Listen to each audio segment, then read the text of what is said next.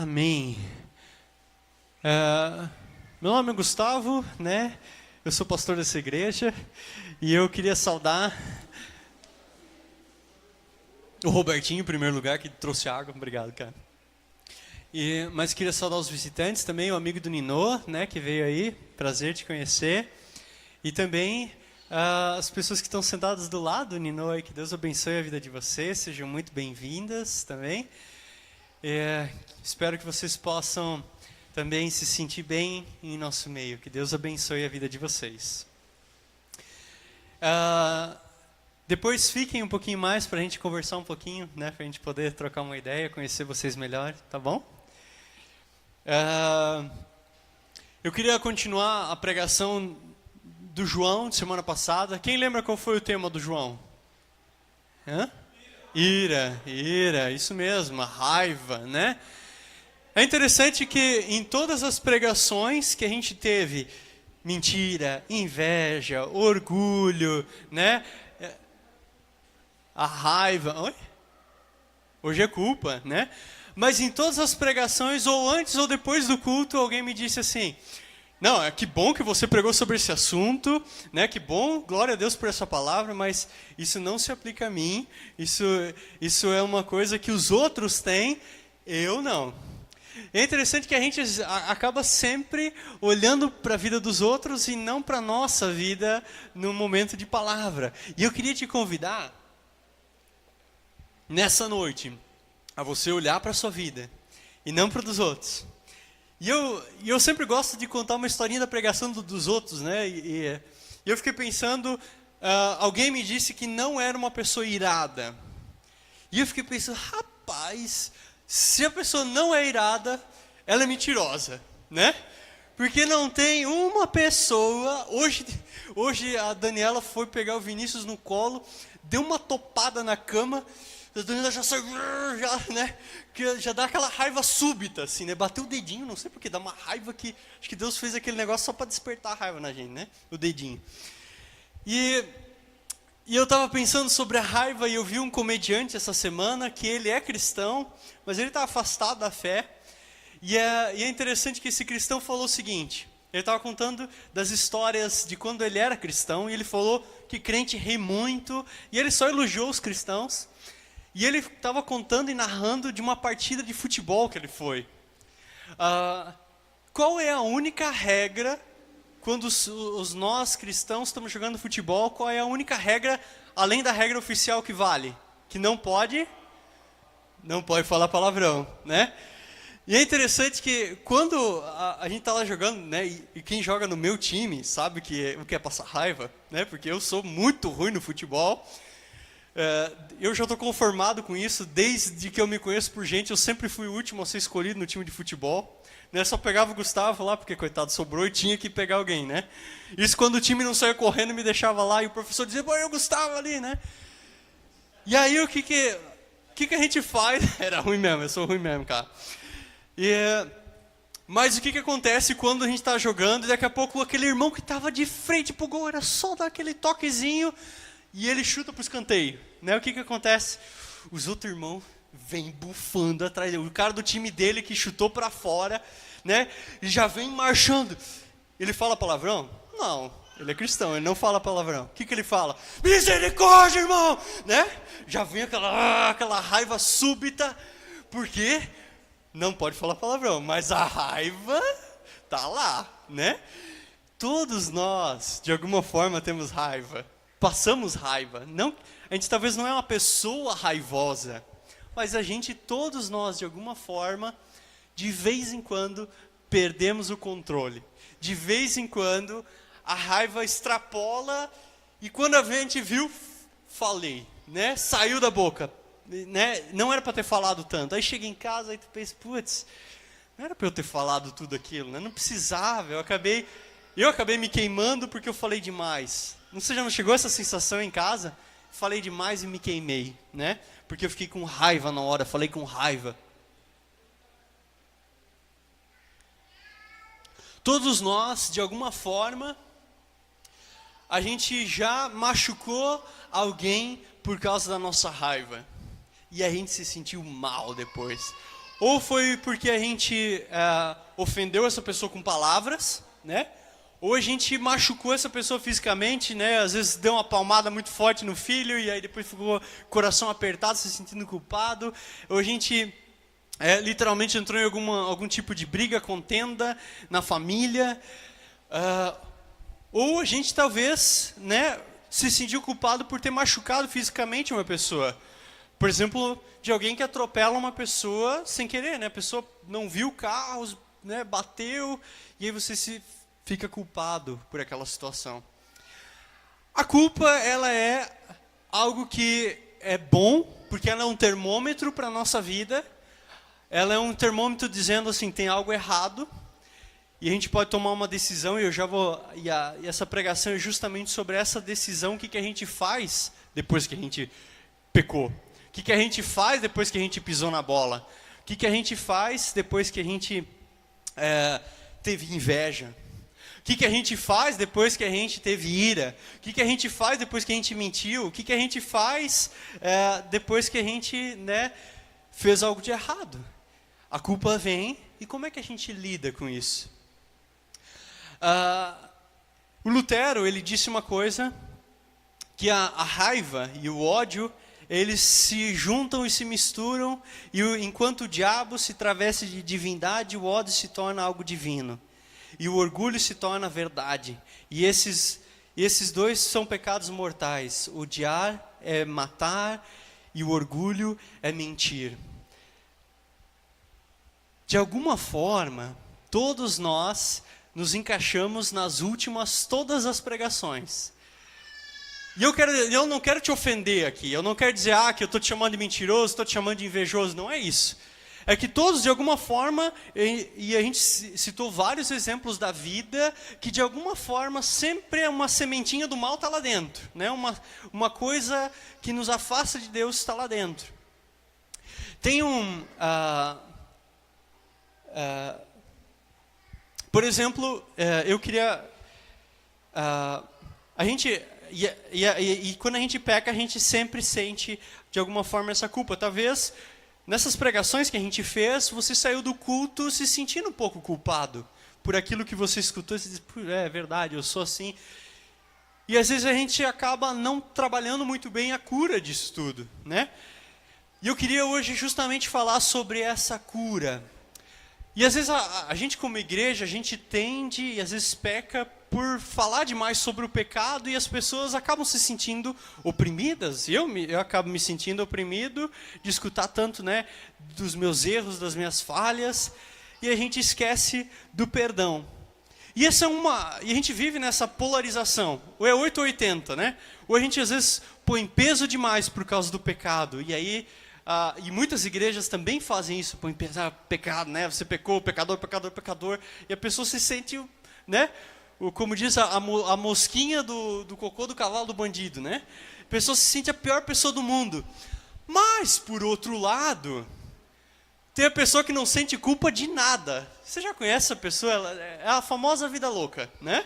A pessoa faz o que der na telha, ela fala o que tem que falar, ela machuca quem tem que machucar, porque ela não está nem aí, porque ela quer, em nome do ser feliz, em nome é a minha vontade, é a minha verdade, passa por cima de todo mundo e acaba machucando as pessoas ao redor, né? Porque eu tenho uma verdade e eu quero empurrar goela abaixo as pessoas, e quem disser que eu estou errado, eu vou provar que eu estou certo, né? E a gente acaba machucando essas pessoas. E tem gente que não sente remorso ou peso na consciência nenhuma. Briguei, bati, né? Passei por cima, não quero nem saber. E não tem remorso, não tem peso na consciência nenhuma, né? E isso é um problema sério também. E eu lendo um devocionário sobre culpa, um cara citou uma frase que eu achei muito interessante. Ele disse o seguinte: uma consciência limpa, é um sinal claro de uma memória ruim. Uma consciência limpa é um sinal claro de memória ruim. O que ele quis dizer com isso? Tem gente que diz, essa palavra aí, não sei, não foi para mim não, porque olha, não tenho nada que me encaixe com isso. Não é para mim isso daí. Quem tem uma consciência limpa demais, tem algo errado. É isso que ele está querendo dizer. Isso, vai lá espantar aquele cachorro, por favor. Obrigado. E eu queria ler com vocês um texto bíblico em Salmo 32. Abre lá a tua Bíblia.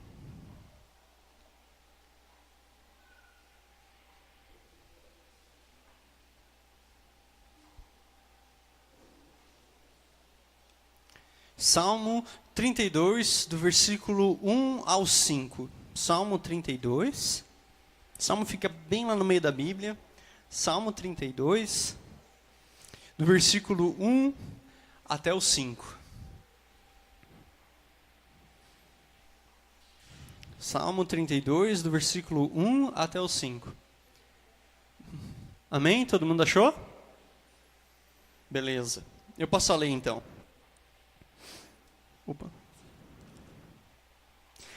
Como é feliz aquele cuja a desobediência é perdoada e cujo pecado é coberto. Sim, como é feliz aquele cuja culpa o Senhor não leva em conta e cuja consciência está sempre sincera.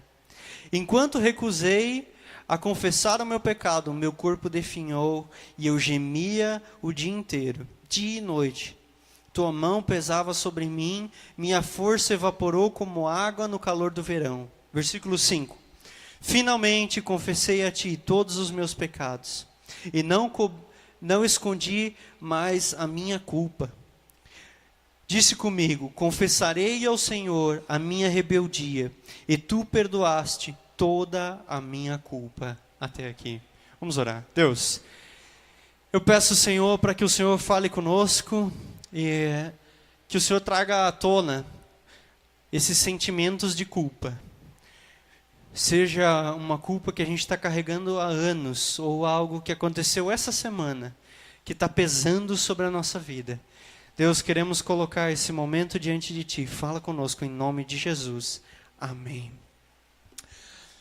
Bom, todo mundo sabe, né? A história do Davi é muito famosa, né? Já tem até na novela da Record, já fizeram tudo, né? E a história do Davi é que o Davi se tornou rei e um dia o pessoal estava na guerra, né? E aí ele olhou da sacada da sua casa uma mulher muito bonita e ele chamou e tomou essa mulher como sua esposa. Só que essa mulher era casada com um cara chamado Urias que estava em batalha. E aí o Davi acabou adulterando com essa mulher. E ele, né, ficou muito mal com isso. O pessoal vai descobrir, vão me difamar. Eu vou consertar esse negócio. E aí o conserto dele foi? Mandou matar Urias. Falou, olha, põe Urias bem na frente da guerra, que se matar Urias, aí, né, tá tudo certo, porque a Batseba aí eu me caso com ela, tá tudo bem, né? Primeiro Davi manda chamar Urias, né? Só que ele ele não sai da porta da casa do Davi e não dá certo. E depois disso tudo, o Davi fica mal. Então o Davi não só adulterou, mas como ele também assassinou uma pessoa, né? Ele mandou matar uma pessoa. E aí diz que enquanto ele ficou encobrindo o pecado da vida dele, o corpo dele começou a doer todo. O corpo dele estava todo dolorido por causa do pecado que ele tinha cometido. E aí ele relata esse salmo aqui, o 32. Como é feliz! Como eu sou feliz agora que eu botei para fora isso. Como eu sou feliz que eu confessei o meu pecado e acertei a minha vida. Como eu sou feliz agora que eu botei diante do Senhor o meu pecado e o Senhor perdoou e eu sou a pessoa mais feliz do mundo. Ali, como é feliz, né? Bem-aventurado, né? Como é feliz a pessoa que é perdoada por Deus. Davi estava com esse peso, essa culpa sobre os seus ombros. E ele colocou diante do Senhor, e o Senhor aliviou essa culpa, tirou, perdoou ele, restaurou a vida do Davi.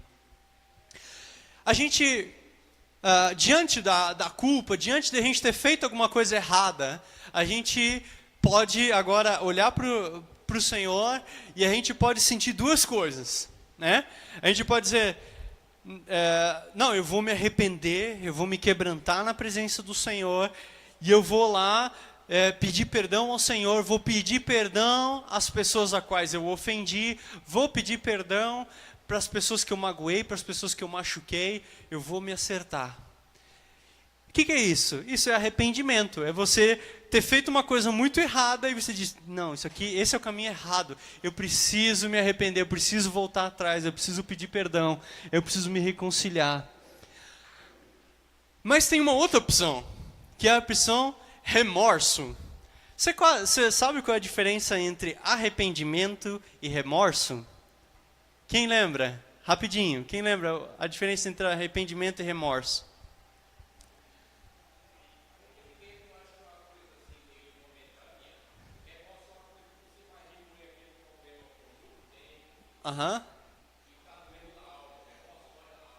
Remorso foi uma boa exemplificação. Eu vou pegar um pedaço disso daí. Dói na alma e você fica remoendo aquilo por dentro. Boa. E o que é arrependimento, então? É você se arrepender do pecado, mudança de atitude. Exatamente.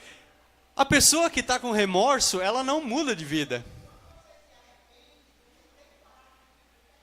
Pronto, exatamente. Eu acho que a Dona Maria falou uma coisa que define a diferença entre o remorso e o arrependimento. Remorso é você ficar com aquele peso na consciência e dizer, mas fiz mesmo, fui feliz assim, pequei mesmo, precisava ter mentido, precisava, né? Eu cobicei, eu invejei, mas também não é tão errado assim. Isso é remorso. É você ficar com peso na consciência e não resolver a sua vida. É você ficar com aquela agonia dentro de você e não voltar para Deus, né? Pedir perdão, se arrepender. A gente pode, eu fiz já uma pregação alguns anos atrás, a diferença entre o Pedro, que pecou contra o Senhor, falou, eu nunca vou te negar, e a diferença entre o Judas, né? Que foi lá também, vendeu a informação de quem era Jesus. Os dois traíram Jesus, mas um se arrependeu, um chorou, um se quebrantou, e o outro não. O outro ficou agoniado, de vez de ir aos pés do Salvador, pedir perdão, tirou sua própria vida. Obviamente aqui é um caso extremo de remorso, mas a gente vê pessoas que passam a vida toda, como o irmão sábio falou, remoendo aquilo lá e não faz nada com aquilo. Não resolve, não pede perdão, não vai atrás, não se reconcilia, não pede desculpas nem para o Senhor, ou se pede desculpas para o Senhor, pede perdão para o Senhor, é uma coisa muito vaga. Mas é necessário a gente de verdade se arrepender. Pedir para o Senhor, Senhor, quebranta o meu coração, porque eu quero me arrepender, eu não quero viver com essa culpa.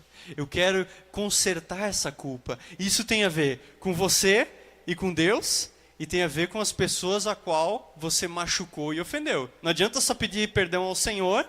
Se você quer de fato ser curado, você tem que pedir perdão às pessoas às quais você machucou. Ou das quais, as pessoas do qual você mentiu, que você enganou, né?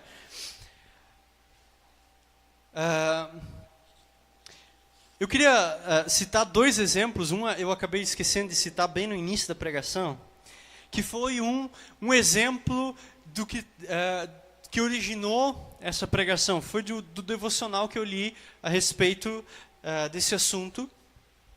E lá diz que tinha um homem que ele era viajante. Não, desculpa. Eu confundi as histórias agora.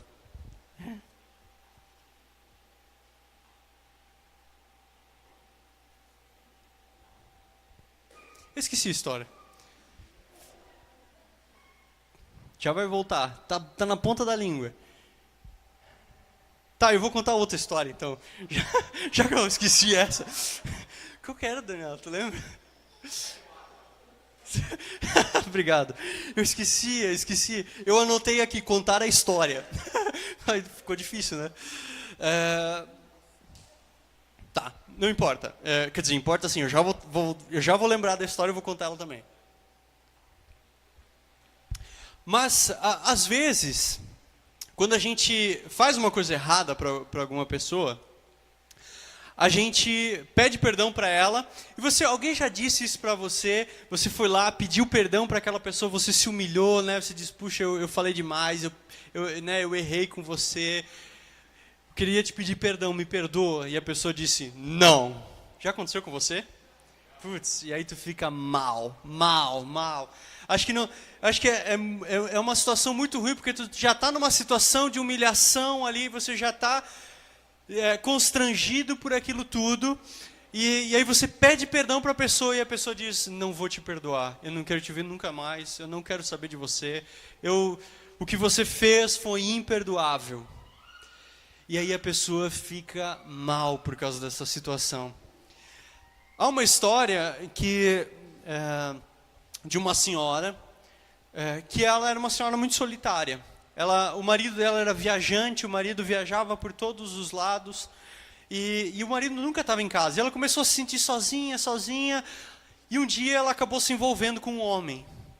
E ela começou a ter um caso, e toda vez que o marido viajava, ela chamava um amante, e eles começaram a ser felizes juntos, E até que um dia o marido chegou mais cedo de viagem, e só deu tempo do cara dar no pé, e o homem esqueceu o chapéu em cima da mesa.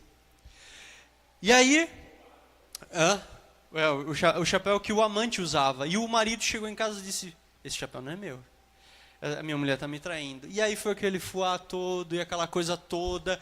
Mas a mulher pediu perdão, ela falou, nossa, eu estava me sentindo muito sozinha, você me abandonou e não sei o quê. No final, as pessoas se reconciliaram, ele perdoou ela, ele disse que perdoou, ela aceitou o perdão, e eles disseram, vamos estaca zero, começamos a vida de novo, né? Tá perdoado, pronto. Só que, nos dias seguintes, esse homem chegava do trabalho, ele se comprometeu a voltar sempre mais cedo para casa, né, para estar com a sua esposa. Ele chegava do trabalho e ele pegava aquele chapéu do amante e botava em cima da mesa do jantar. E eles tinham a janta. No outro dia, a mesma coisa. Eles iam jantar, eles botavam o chapéu em cima da mesa do jantar. Aquele homem tinha dito para sua esposa que a perdoou. Mas ele de verdade perdoou? Óbvio que não. Ele estava dizendo para sua esposa todos os dias, lembra? Você me sacaneou, você me feriu, você me machucou. A gente pode até às vezes dizer, não, eu te perdoei. Mas sabe aquela pessoa que diz que te perdoa e sempre dá uma alfinetada quando está perto de você? Diz, mas só para você lembrar que foi você que pisou na bola comigo. Não há um perdão genuíno. Às vezes o que a nossa boca fala não é o que de verdade aconteceu no nosso coração. E eu queria te dizer, irmão, para a gente aprender a perdoar, para a gente aprender a liberar perdão, para a gente não ser a pessoa que traz o chapéu para dentro de casa e diz, lembra? Eu lembro. Não seja você aquele que carrega, né, a amargura, esse remoer, né, o remorso de ficar remoendo isso anos. No final dessa história diz, pelo que eu lembro, é uma história verdadeira, e diz que a mulher acaba se suicidando porque, né, não foi perdoada, e porque o marido sempre jogava isso na cara dela. Irmãos, há algo muito importante em se liberar perdão e dar perdão. Se alguém te ofendeu e pediu perdão para você, e talvez você foi a pessoa que disse, isso daí não se perdoa, isso daí não existe perdão para isso. Talvez é a sua vez de você dizer, né, me perdoa, né, eu libero perdão, eu declaro perdão sobre a sua vida. A outra situação, agora eu lembrei qual foi a outra história, é que às vezes nesse devocional dizia de um homem que começou a paquerar e a ter um caso com uma mulher que já era casada e tinha filhos também, e eles decidem se juntar e abandonar a sua família antiga. E aí, na semana seguinte, o filho pergunta: papai, por que você deixou de amar a mamãe? E aí esse homem se toca e diz: o que foi que eu fiz? Eu abandonei a minha família, eu pequei, né, adulterei, eu roubei a alegria dos meus filhos de estar comigo, eu roubei o Natal dos meus filhos. E talvez essa culpa ficou correndo esse homem naquela história do devocional. E justamente é esse tipo de cura que Deus quer dar para ti nessa noite. Eu queria exemplificar isso, e assim eu encerro essa pregação com esse texto bíblico. Abra lá a tua Bíblia em Gênesis, capítulo 33. Gênesis, capítulo 33.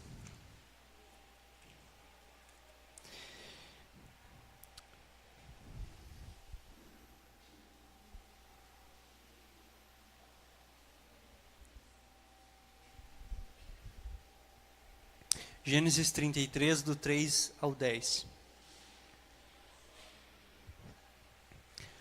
Gênesis 33, do 3 ao 10. Ele mesmo passou à frente. Não, deixa eu introduzir esse texto antes de eu ler ele para você.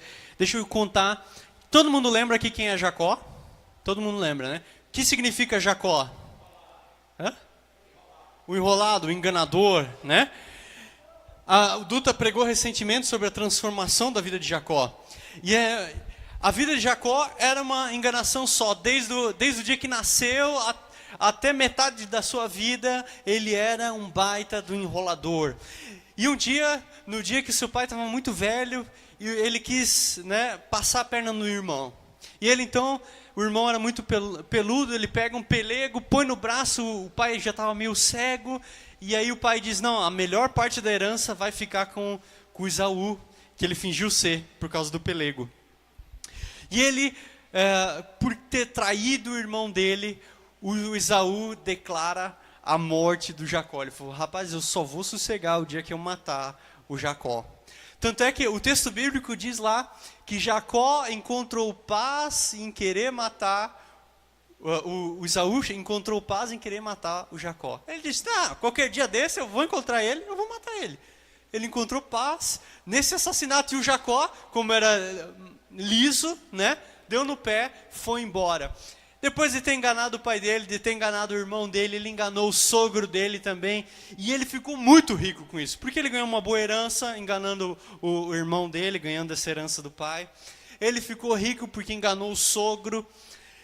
E ele, depois de ter aprontado todas, ele tem um encontro com Deus no vale ali do Vale do Peniel. Ele tem um encontro com Deus, ele luta com Deus, e aí o Deus transforma o nome dele. E aí ele está com uma caravana, ele não tem para onde ir, ele está indo ao encontro do irmão dele. O irmão dele está vindo com 400 homens. Gente, quem vai com 400 homens não vai para mandar flores, né? E aí ele está vendo, cara, eu vou morrer. O que ele faz? Ele manda todo mundo na frente, dizendo: se matar, né, pelo menos estão cansados, eu dou no pé antes de matar todo mundo. E aí, depois que ele tem um encontro com Deus, a sua vida é transformada, e ele vai correndo na frente, chega na frente de todo mundo. Antes disso, ele ainda tenta comprar o irmão dele. Sabe o que ele faz? Ele manda um monte de dinheiro, um monte de gado, um monte de coisa para o irmão dele, pensando: se meu irmão aceitar isso daí, parte da herança que eu roubei dele, talvez o meu irmão não queira me matar, se eu devolver parte da herança. Só que depois ele teve um encontro com Deus, e ele sai correndo na frente, e é esse lugar onde o nosso texto bíblico está. Vamos ler juntos, eu vou ler com vocês aqui. Ele mesmo passou à frente. Ao aproximar-se do seu irmão, curvou-se até o chão 7 vezes. Mas Esaú correu ao encontro de Jacó e o abraçou. Abraçou-se ao seu pescoço e o beijou, e eles choraram. Então Esaú, erguendo o olhar, e viu as mulheres e as suas crianças, e perguntou: quem são esses? Jacó respondeu: são os filhos que Deus concedeu ao teu servo. Então as servas e os filhos se aproximaram e se curvaram, e depois Lia e seus filhos vieram e se curvaram. Por último chegaram José e Raquel e também se curvaram, e Esaú perguntou: o que você pretende com todos aqueles rebanhos que encontrei pelo caminho? Ser bem recebido por ti, meu senhor, respondeu Jacó. Disse, porém, Esaú: eu já tenho muito, meu irmão, guarde para você o que é seu. Versículo 10, mas Jacó insistiu: não, se te agradaste de mim, aceita esse presente da minha parte, porque ver a tua face é contemplar a face de Deus. Além disso, tu me recebeste tão bem. Aceita, pois, o presente que foi trazido, pois Deus tem sido favorável para comigo, e eu tenho tudo o que necessito. Jacó insistiu, tanto insistiu, que Esaú acabou aceitando. Você viu a diferença? O Jacó enganador, agora chega lá, reconhece que fez muita falcatrua, e ele vai ao encontro do irmão. Ele se joga rosto em terra, porque ele sabe que ele está errado, e ele vai pedir perdão para o irmão dele, e ele já chega dizendo para o irmão dele: o teu servo, quer dizer, eu sou escravo teu, eu sou teu escravo daqui em diante, se você quiser. Ele falou, e eu mandei essa montoeira de coisa aí para você não me maltratar, eu mandei isso tudo de volta para você não pensar mal de mim. E a resposta do Esaú foi o abraço. Ele estava com o rosto em terra. O Esaú podia ter dito: não, agora é minha chance de me vingar. Vai lá e matava o Jacó ali na hora. Mas ele olha para Jacó e ele dá o perdão. Ele olha para Jacó e ele fala: Jacó me roubou tudo. Ele roubou a melhor parte da minha herança. Ele roubou talvez a vida que o que o Esaú deveria ter, com bom gado, uma boa terra. E ele disse: não, eu tenho o suficiente para mim. E abraçou, e aquele abraço foi tão importante para Jacó, que ele chorou. E aí ele disse: ver a tua face é como ver a face do próprio Deus. O que ele está querendo dizer é: eu lutei com o Senhor, eu vi Deus face a face, eu sobrevivi. E essa daqui é o momento de Deus dizendo para a minha vida que eu fui perdoado, que eu fui aceito de volta. O teu abraço, Esaú, foi o que me trouxe totalmente o perdão de Deus para a minha vida, confirmando que eu sou uma nova pessoa, confirmando que eu fui perdoado por você, por todas as falcatruas que eu te fiz. O abraço. Eu queria te convidar a ficar de pé, e assim a gente vai fazer uma oração para encerrar. E eu só queria que a gente pensasse nessa cena do Jacó. Fez tudo o que fez de errado. E quando ele chega na presença de quem deveria ser aquele que ia julgar ele, que deveria condenar ele à morte, deu perdão.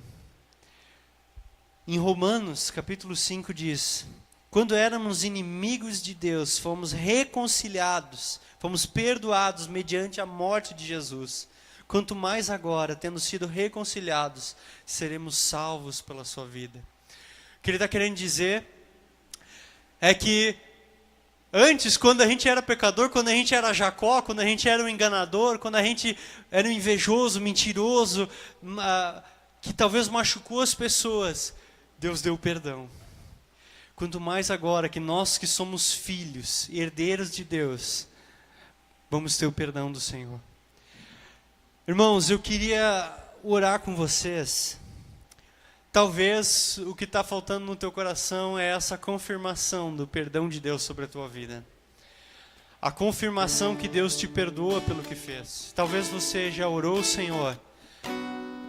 Talvez você já disse para o Senhor que está arrependido, que você colocou o teu coração diante do Senhor. Mas talvez ainda você mesmo talvez não se perdoou. Talvez você mesmo tenha colocado o chapéu em cima da mesa e dito: eu fiz isso. Talvez falte ainda esse abraço, essa confirmação de Deus sobre a tua vida, que os teus pecados estão perdoados. E eu queria te desafiar, e eu já vou orar por você, mas eu queria te lembrar que pra gente, o arrependimento vem com uma atitude. O Jacó vai em direção ao irmão dele e se prostra, pedindo perdão. Deus só pode curar a nossa vida, só pode tirar essa culpa se a gente confessar o nosso pecado, se a gente pedir perdão a quem nós ofendemos. A oração que Jesus ensinou no Pai Nosso justamente fala, né? Perdoa as nossas dívidas assim como nós perdoamos, da mesma maneira, perdoa a minha. Deus vai poder te perdoar à medida que você se arrepender, à medida que você for atrás das pessoas e disser: eu pequei contra você, eu te ofendi, eu te machuquei. Talvez você está carregando uma culpa há anos de coisas que você talvez fez no passado e que talvez tenha te atormentado. Talvez é esse chapéu em cima da mesa, talvez você recentemente pisou na bola, seja com a sua esposa, seja no trabalho, seja com alguém que é muito querido e precioso para você e você machucou essa pessoa. Eu queria orar por você, para a gente pedir perdão ao Senhor, para Deus trazer perdão sobre a tua vida. E talvez você já tenha pedido perdão para essa pessoa a qual você machucou e ela disse não e aquilo está pesando na tua vida até hoje. Eu queria orar pela tua vida, para que Deus tire esse peso, para que Deus possa te lembrar que o perdão dele é suficiente sobre a tua vida. Eu queria te convidar à frente, aqueles que quiserem receber oração sobre isso. Se você sente que a culpa é algo que está pesando sobre a sua vida, talvez você recebeu isso lá na mentira, na inveja, na raiva, no orgulho, e você quer pedir perdão para o Senhor agora. Eu queria orar com você. Eu queria te convidar a fechar os teus olhos e a gente ter uma palavra de oração.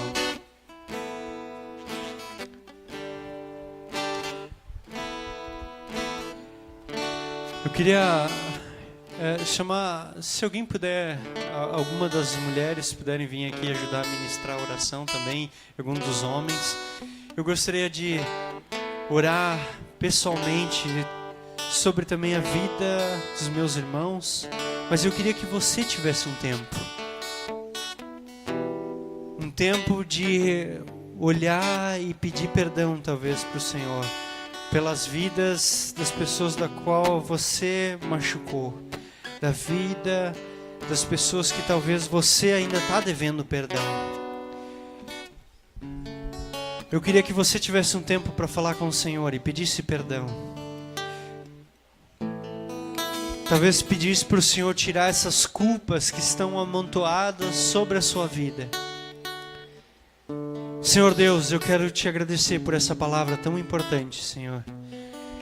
Deus, há uma necessidade, Senhor, de a gente receber oração também, Senhor, nessa noite. Deus, e nós queremos aqui entregar o nosso coração.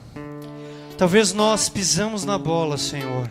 Nós pecamos contra o Senhor e talvez tem sombra de culpa, Senhor, que estão atormentando a nossa vida, Senhor. Deus, eu queria pedir, Senhor, para que o Senhor tirasse essa culpa, Senhor, dos pecados de quais nós nos já arrependemos, Senhor. Deus, liberta, Senhor, o nosso coração, Senhor, das culpas, das mentiras, das invejas, das difamações, das brigas, das contendas, talvez das traições. Deus, da vida dupla. Deus, tem misericórdia de nós, Senhor. Restaura a nossa vida nessa noite. Restaura o nosso coração, Senhor, nessa noite. Deus, e recebe a nossa vida de volta, Senhor. Recebe, Senhor, o nosso coração nessa noite. E nós colocamos diante de Ti, Senhor. Lava-nos, Senhor. Regenera, Senhor, a nossa vida, Senhor. Deus, quando nós éramos perdidos no pecado, o Senhor nos aceitou de volta, Senhor. E nós somos Teus filhos, Senhor, e pedimos o perdão, Senhor. Restaura a nossa vida nessa noite, Senhor. Tira, Senhor, o peso da culpa, Senhor. Tira o peso do pecado sobre a nossa vida, Senhor. Recebe-nos, Senhor, como teus filhos novamente, Senhor. Recebe-nos, Senhor, de volta, Senhor, aos teus braços, Senhor. Abraça-nos, Senhor, nessa noite. Talvez a gente não se perdoou pelas coisas que fez, Senhor. E nós queremos pedir, Senhor, abraça-nos, Senhor. Recebe, Senhor. Dá-nos, Senhor, esse abraço de perdão, esse abraço de carinho, esse abraço, Senhor, que talvez nós precisamos tanto, Senhor, receber. Deus, pedimos isso em nome do Senhor Jesus Cristo, Senhor. Em nome de Jesus. Amém e amém. Irmãos, a palavra do Senhor nos garante, se a gente confessar os nossos pecados, o Senhor, Ele é fiel e justo para te perdoar. Então, se você confessou os teus pecados, confessou as tuas culpas diante do Senhor, o Senhor tem o perdão sobre a tua vida. Aceite o perdão do Senhor. O Senhor te perdoa nessa noite, em nome de Jesus. Amém.